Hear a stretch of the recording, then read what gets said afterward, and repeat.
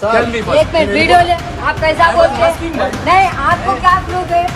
आप पाकिस्तान है, वही आप है तो पाकिस्तान का बोल देते। आज से बाद इस क्षेत्र से जय श्री राम की आवाज आए, अगर अल्लाह की आवाज आई तो बुलडोजर हम खरीद के चला देंगे पूरे क्षेत्र में। तुम चंद पैसों के लिए देते हो हमारे धर्म के पूरे की शर्म नहीं है तुझे? अबे ओए, क्या इसमें कहाँ लेके जा रहा है?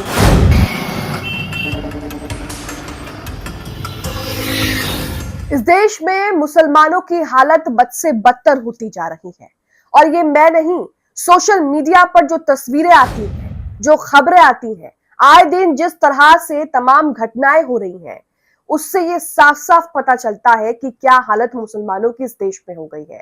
कोई भी राज्य आप उठा लीजिए, लगातार ही मुसलमानों के साथ क्राइम, हेट स्पीच के मामले जो है वो बढ़ते जा रहे हैं। और ये सिर्फ हमें आपको नहीं दिख रहा, बल्कि विदेशों में बैठे सांसदों को भी ये दिख रहा है। और अब हमारा डंका अमेरिका की संसद में भी बज रहा है। अमेरिका के सांसद कह रहे हैं कि भाई भारत में मुसलमानों का जो है वो नरसंहार हो रहा है, वो 8वें चरण पर आ चुका है।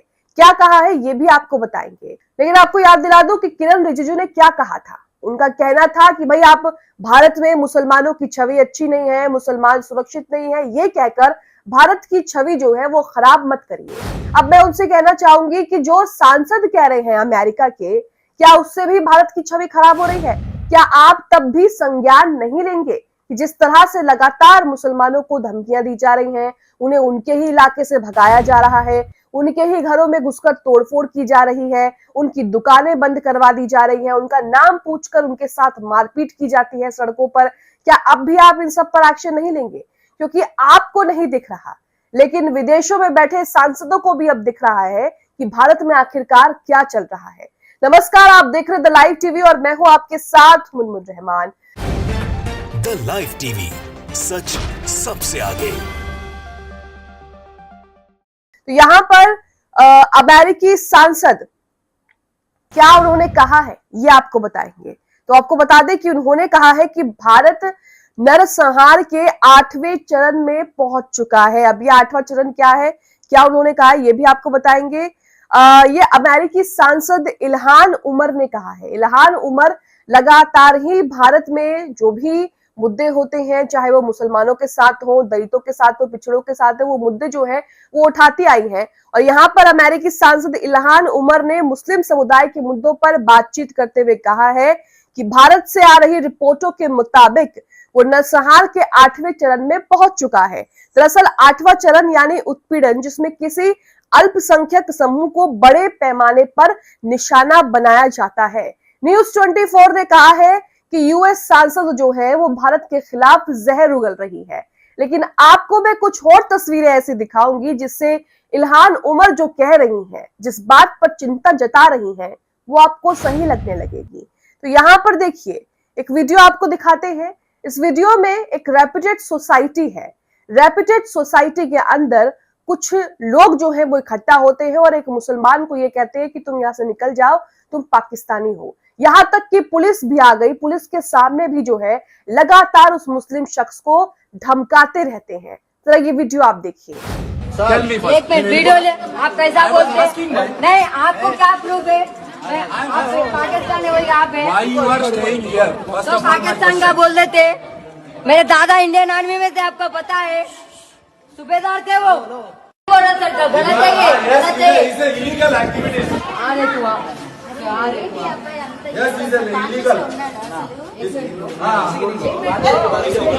ये लोग बोल रहे हैं कि हम पाकिस्तानी इधर बम लगाने को है, बिकॉज ये जो घर है वो पुलिस स्टेशन का है। हाँ, क्या मुसलमानों का है?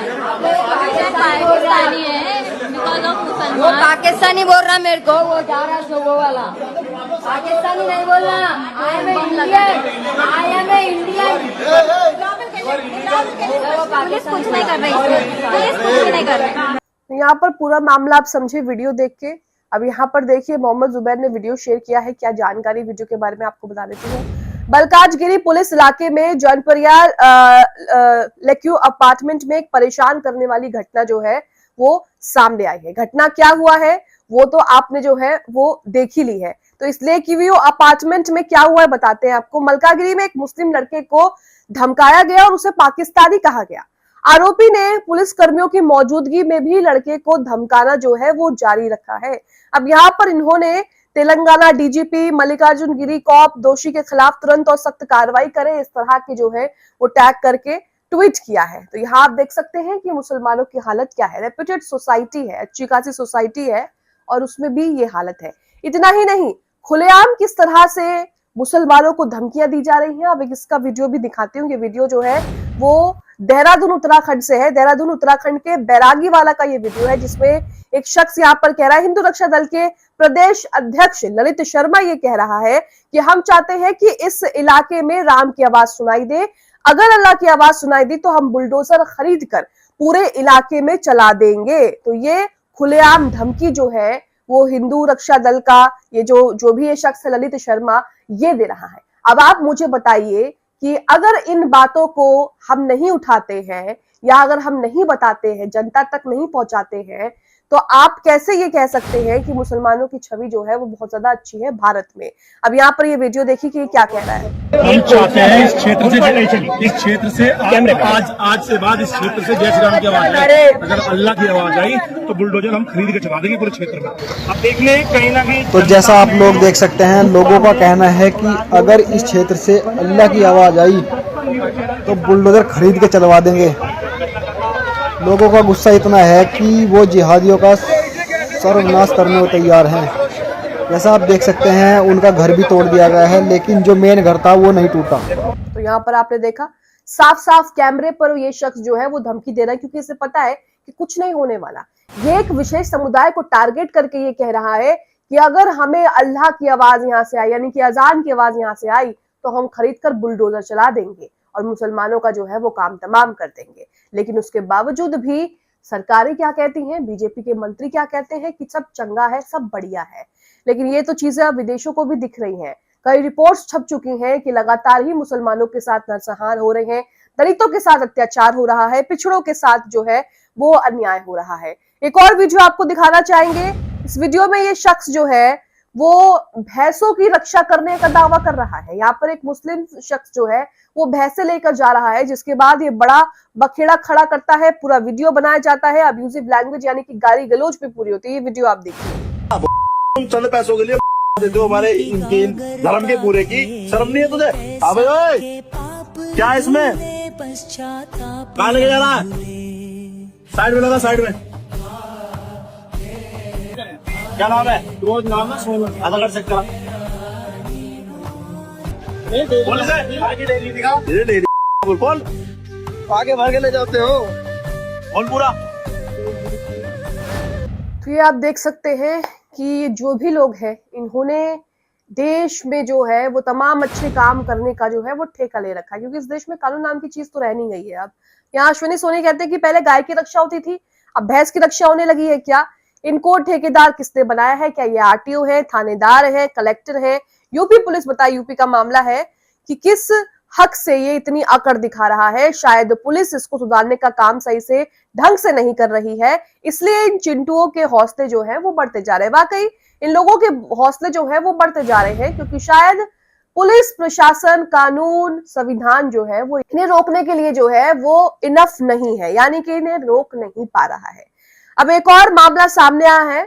अब यहाँ पर मस्जिद को गिराने की फिर से बात की जा रही है। वजह क्या है? सड़क को चौड़ा कर रहा है। सड़क भी आप देखिए, वो मस्जिद भी आप देखिए कि क्या उसका हाल है। अब यहाँ देखिए, यूपी बहराइच की बरसों पुरानी अकेलवा मस्जिद को सड़क किनारे से हटाने के लिए प्रशासन ने नोटिस जारी कर दिया है।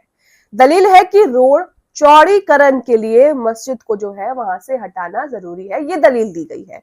मस्जिद की इंतजामिया कमेटी ने कोर्ट में याचिका दायर करके ध्वस्तीकरण के खिलाफ फिलहाल स्टे ऑर्डर जो है वो ले लिया है। आप एक बार ये वीडियो देखिए। सड़क किनारे जो ये आपको दिख रही है ये मस्जिद है, और सड़क कितनी ज्यादा चौड़ी है ये आपको दिख रहा है। पहले से ही सड़क जो है वो कम चौड़ी नहीं है, जिसे दोबारा चौड़ी करने के लिए कहा जा रहा है। मतलब सिर्फ एक विशेष समुदाय को टारगेट करना है, जैसे तैसे उनके जो भी मस्जिद मजार है उन्हें जो है वो ध्वस्त करना है, शहीद करना है। अब यहाँ पर बीजेपी सांसदों का मैं दोगलापन आपको दिखाती हूँ। ये गाय को लेकर, बछड़ों को लेकर आवाज उठाते हैं, लेकिन उनकी चमड़ी से बने जूते चप्पल पहन रहे हैं, ये आपको बताते हैं।